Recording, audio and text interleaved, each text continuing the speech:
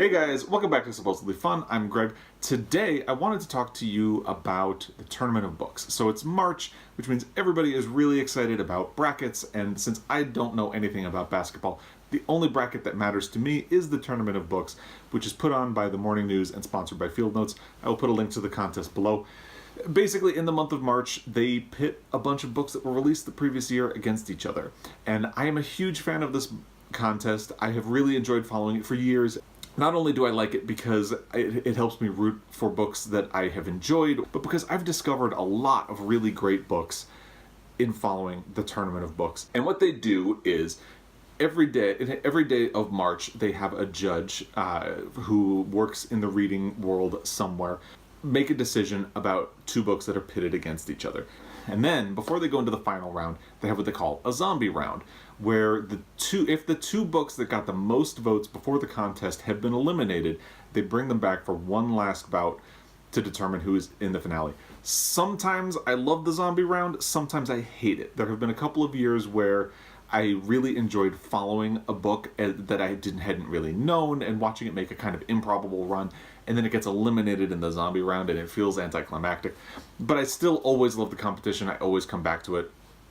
So I want to talk to you about some of the best books that I have discovered because of this competition, but because I'm only talking about books that I discovered because of the Tournament of Books, I can't talk about things like All the Light We Cannot See, or The Underground Railroad, or A Visit from the Goon Squad. Those were all books that I already knew about and rooted for as they were in the contest, so here we go. Now the first book I want to talk about is The Good Lord Bird by James Mcbride, which was the champion of the 2014 Tournament of Books. It was kind of on my radar when the Tournament of Books came on because it was the National Book Award winner, but I didn't really know much about it, so I learned a lot about it in the critiques that came with all of its judgments in the Tournament of Books on its march to becoming the champion. This is a fictional take on John Brown's historic raid on Harper's Ferry, which helped spark the Civil War. It is a really sharply funny, sharply observed novel by James Mcbride. It follows a young slave boy who is mistaken for a girl by John Brown, who takes him under his wing, and the boy stays in this disguise for years in order to stay out of the fighting and to stay alive and to stay out of the fields as a slave. In using this farcical setup, Mcbride really makes some very astute points about how slaves routinely lived lies in order to survive, and how a person can't really know who they are under these conditions and when they are forced to live all of these lies. It's a very smart, very good book. I definitely recommend it. I loved it a lot. Next, let's talk about Lincoln in the Bardo by George Saunders. Now, I don't live under a rock, so I was very familiar with this book before the Tournament of Books, but I didn't really want to read it before the Tournament of Books, even though it won the Man Booker Prize. So the reason I didn't is because I had read 10th of December, and I was really looking forward to reading 10th of December, but I didn't really like it.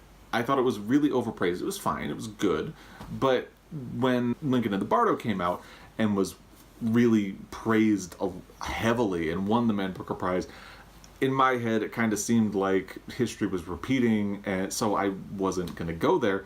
But reading about Lincoln in the Bardo in the Tournament of Books changed my mind, and I'm really glad it did because I actually really loved this book. I listened to the audiobook, and I definitely recommend doing that.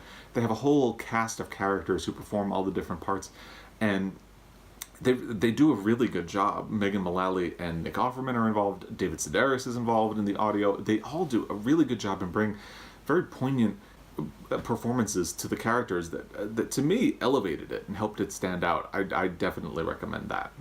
Now I'm going to break my rule for a moment, and I'm going to talk about a book that I already knew about and had already read by the time the Tournament of Books came around. That's Homegoing by Yagyasi. I hope I said that name right. The reason I want to talk about it now is because I felt like it got really harsh treatment in the final round. It was up against the Underground Railroad for the win. Obviously, the Underground Railroad won. It was probably always going to win. But I didn't like the way the judgment turned out because basically, Homegoing follows generations of a family. It starts with two sisters in Africa who don't actually really know that they're sisters. One of them is kidnapped and sold into slavery in the U.S., and the other one remains in Africa. And the subsequent chapters each jump a generation and follow their children, their children's children, their children's children's children into the present day. And I thought it was a really fascinating way of looking at the implications that slavery has had both on Africa and on people here in the US who were a part of slavery and the lasting impact it's had in both places. I thought it was really interesting. But the way the judgment turned out was that people kind of said, well, because each chapter jumps to the next generation, it really feels like a collection of short stories. And my problem with short stories is that if you don't like one story, it hurts the whole collection.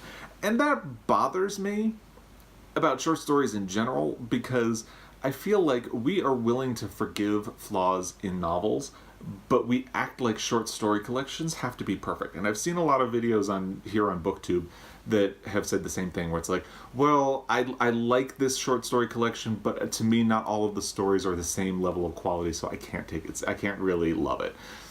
But we forgive flaws in novels all the time. We're very forgiving of a novel that has problematic aspects or things about it that we don't like, or little structural problems that we don't like, but somehow we expect short stories to be perfect. And I think this book really fell victim to that, and I think it's a shame. It's a really good book.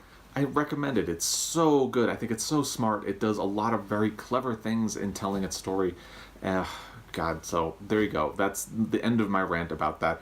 But the book that, to me, really proves the point about how forgiving we are about novels and how unforgiving we are about short stories is A Tale for the Time Being by Ruth Ozeki, which I discovered through the Tournament of Books. It has a really cool cover.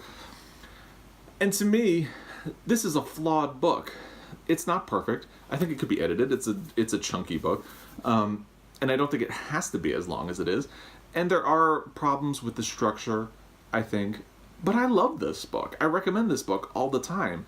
So I think we don't have to expect literature to be perfect in order to love it, in order to recommend it. You know, it can be flawed, and that's fine. So this chunky little novel tells two different stories. First, there's Ruth, who lives on an island off the Pacific coast in North America, and she starts noticing objects that are washing up on her beach, which she believes have washed over to her all the way from Japan, where there was a tsunami.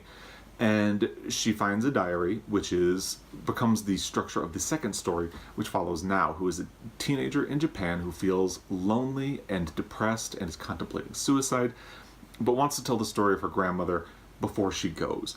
And there's a lot of back and forth, and it plays with chronology in some very smart ways and some kind of frustrating ways.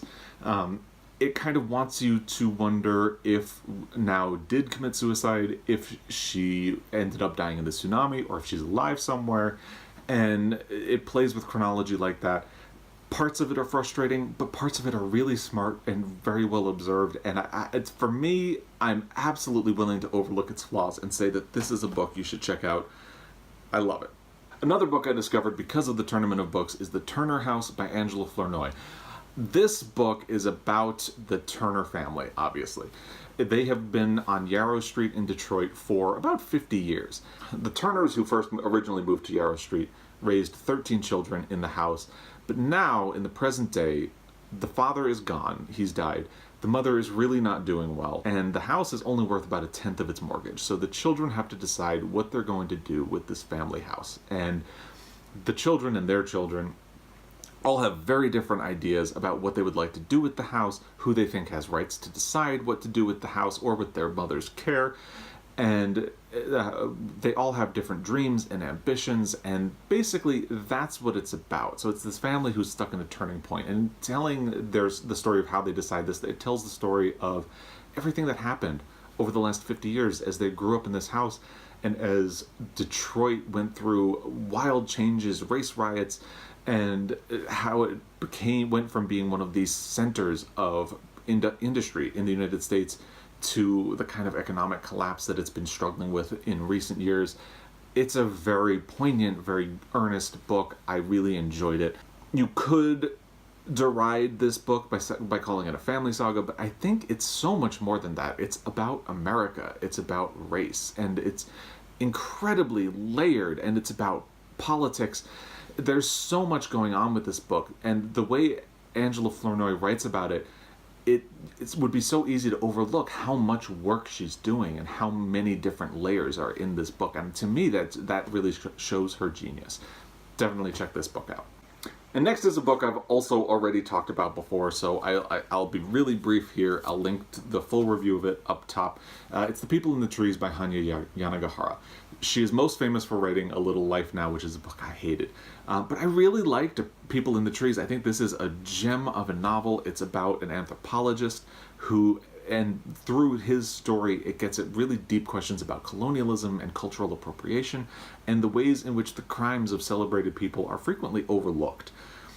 It's a great book. Skip a little life and check out The People in the Trees. And then there's The Sister Brothers by Patric Dewitt, which was the champion in the Tournament of Books for 2012. This is a violent Western telling the story of Eli and Charlie Sisters, who are two brothers who are bounty hunters for hire. It was recently turned into a movie. I have not seen the movie yet. And they're on the brink of transition. It's around the gold rush in California, and at the same time, you are starting to see the beginnings of the Industrial Revolution, which of course will make the Old West obsolete, ultimately. So they're at the brink of change. It's not quite happening, but it's coming. And it's also a story about the tension between the two brothers. One of them is a diehard killer. The other one has much more romantic aspirations for his life, and he kind of wants to get out of the game if they just pull off this one more job. It's a really pin-sharp novel about family and redemption and society. I would absolutely recommend this book. Maybe when I see the movie, I'll compare this to the book. Now let's talk about some books that are still on my TBR, but I did discover because of the Tournament of Books. I just haven't had the chance to get around to them yet. The first one is The End of Eddie by Edward Lewis, which is going to be very hard to see because it's it's got a white cover, and this lighting is kind of unforgiving for white books. Sorry. So this book was not actually very well beloved by the judges in the year that it competed. It was eliminated in the second round, I believe, but it sounded like something that's right in my wheelhouse. So it's been on my TBR ever since. It's a French coming-of-age story. The main character is basically a stand-in for the author, and it's about how he grew up in a factory town as a gay man and was expected to be tough, and how he tried to be tough but couldn't really get there. It's a really thin book, so I'm kind of hoping that I'll get to this year. It's supposed to be very good, even if the Tournament of Books judges didn't really like it. So I would like to get to that this year. And then there's an Untamed State by Roxane Gay, which really almost won its competition, and I had absolutely never heard of it. I don't think I'd even heard of Roxane Gay, really, when it competed that year. And it seems criminal to me that I have not read any of her books, so I definitely want this to be the year that I finally get around to reading a Roxane Gay book. Maybe it'll be this one. It's supposed to be a brutal book. This book had a really thrilling run where people were surprised by how much they liked it and thought it was really deep and poignant. It ended up getting defeated in the zombie round and not making it into the finale, which made me angry, even though I haven't gotten around to reading the book yet. So hopefully this year I will read a Roxane Gay book. It'll probably be this one, since I actually have a copy of the ebook. If I can get around my weird thing about ebooks, this will probably be it. And then finally, a book that has been on my TBR because of the Tournament of Books, but ended up even more on my TBR because it won the Pulitzer Prize a month later, is The Orphan Master's Son by Adam Johnson. This won the Tournament of Books in 2013. It just sounded like a really interesting novel, and then it won the Pulitzer, so I don't know why I haven't gotten to this. I have had it ever since it first came out in paperback, and it boggles my mind. I really I've wanted to read it very badly, and somehow still have not gotten to it, so shame on me. This book has been described as a thrilling read that immerses the reader in the largely unknown country of North Korea. It's supposed to be extremely good. So there you go. These are books that I discovered because of the Tournament of Books. One book I wanted to defend. They already started. Today was the first day of this year's competition, and I believe I may have found a book that I want to read already. So I can't wait to discover more books this year. Again, I'm going to put a link to the contest down below. It refreshes every day with new judgments. Check it out. If you enjoy the Tournament of Books as much as I do, please let me know. And if you've read any of these books and enjoyed them, let me know. If you have recommendations, let me know. If you dislike any of these books, let me know. I'm very open to any kind of conversation. And as always, thank you for watching this video. If you took the time, I really appreciate it. And if you enjoyed what you saw, please consider subscribing to my channel or watching some of my other videos. I'm going to be back again. And until then, happy reading.